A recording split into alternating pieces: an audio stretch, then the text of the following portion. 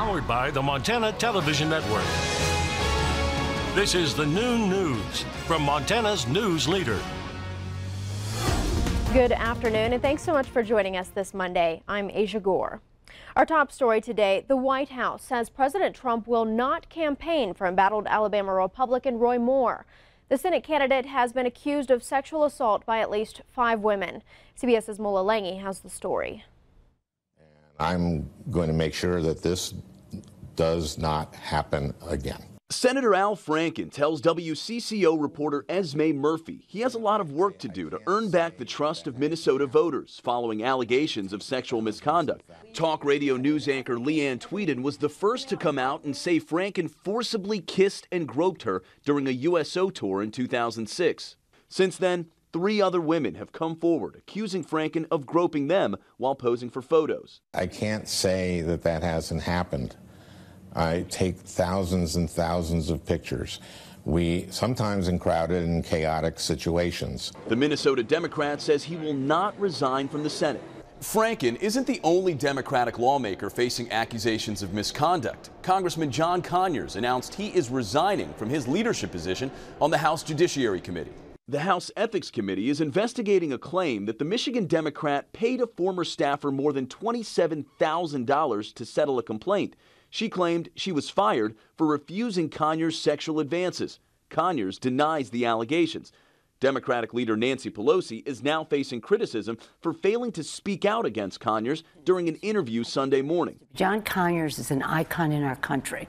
He has done a great deal to protect women. Pelosi put out a statement later saying, no matter how great an individual's legacy, it is not a license for harassment. Mola Lengi, CBS News, Capitol Hill. And the president himself is now denying it was his voice on the infamous Access Hollywood recording that nearly derailed his campaign. When it was first released, Mr. Trump apologized for making comments about groping women.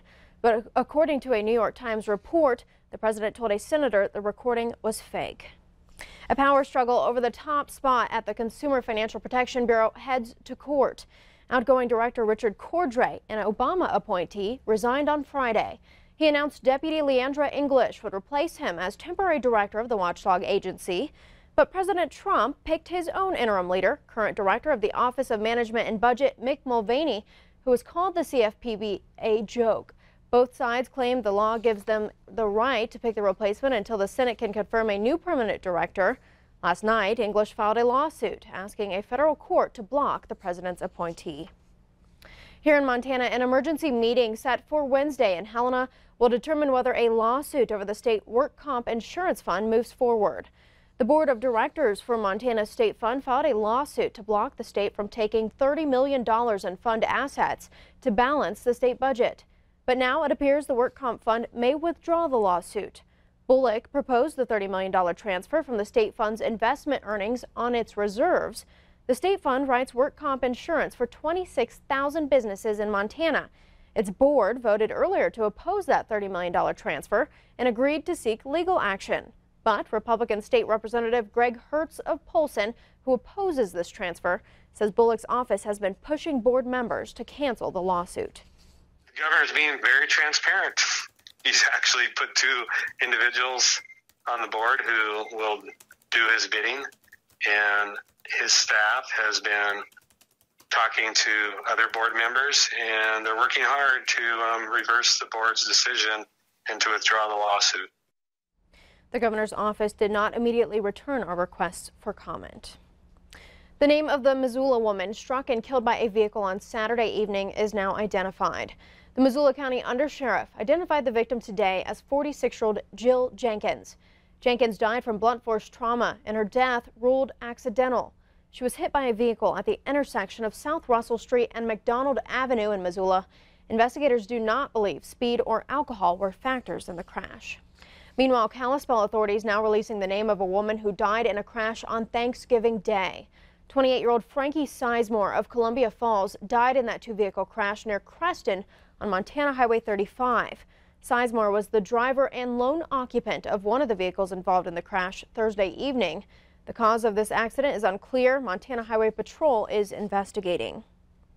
A sigh of relief from Montana Fish, Wildlife and Parks as chronic wasting disease test results from samples collected last week all come back negative. This news comes after positive tests in 2 successive weeks. FWP is currently operating a surveillance effort in south central Montana. That's the area where CWD was first discovered in the state. This effort has entailed collecting samples from deer, elk, and moose at check stations within the priority surveillance area. Hunters have been a huge help to FWP. Though there is no evidence CWD is transmissible to humans, it is recommended to never eat meat from animals that appear to be sick or are known to be CWD positive. Two public meetings are scheduled for November 29th at the Bridger Civic Center at 5 p.m. and the Mountain View Elementary School in Red Lodge at 7:30 p.m. Those meetings will give the public a chance to learn about CWD and ask FWP questions about the disease and its response plan. We turn now to the weather scene with Ed McIntosh. And how are we looking around the state today? You know, we started off yesterday so warm, Asia. We were breaking records, and a few of the records were pretty significant as well. Went back quite a ways. Yesterday, Great Falls 67 broke a 1933 record, tied the record in Helena with Dillon, and even Buffalo, Wyoming, breaking a record that went back to 1998 at 72 degrees. Today, the temperatures just can't seem to make up their mind. This is where we were with readings at 6 o'clock this morning. Readings in the mid-30s to the mid-50s across the region. And then as the cold front moved across the area, it pumped up to 65 in Sheridan, Wyoming, but as cool as the 30s in Miles City. Now we're pretty close to where the readings were as we started the day. We'll come back, take a look at the forecast details in a few minutes. Thanks, Ed. We'll check back in. A 79-foot tall spruce from Montana's Kootenai National Forest arrived in Washington, D.C. this morning. Crews lifted the tree from a flatbed driven by a Billings truck driver. With some help from a crane, the process of setting up the tree on the Capitol's west lawn got underway. The tree was cut on November 8th and made a trek of more than 3,000 miles across the country. The tree will be lit in an outdoor ceremony on December 6th by the 11-year-old Ridley Brandmare from Bozeman. More than 3,000 ornaments collected across Montana will be hung on that tree, and a 5-foot-tall copper star made in Missoula will go on top. If you're not a fan of crowds but enjoy a good deal, Cyber Monday shopping may be for you. CBS's Hannah Doba has more on how to navigate what is expected to be a record-breaking Cyber Monday. With the Black Friday bonanza behind us, this Cyber Monday, you don't even have to leave the comfort of home to score the best deals. Analysts are forecasting $6.6 billion in online retail sales. We're actually seeing mobile purchases increase significantly. Last year, more than 70% of Amazon customers purchased orders through their mobile devices. Consumers can expect deep discounts today on items ranging from TVs to laptops. But toys usually see the best Monday price cuts. Analysts from Adobe Systems predict a 19% discount on toys. Retailers have turned Cyber Monday into a week-long event. Retailers want it to be a holiday marathon, not a one-day sprint. But experts add, do your research.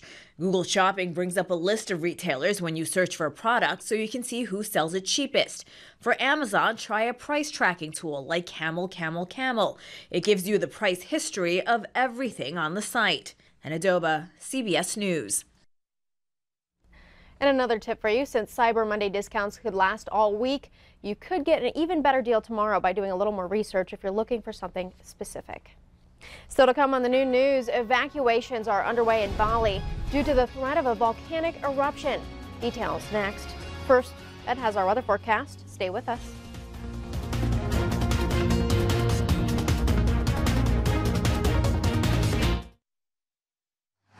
You're watching MTN News with Aja Goare, Storm Tracker weather with Ed McIntosh, and farm and ranch news from the Northern Egg Network. This is the news.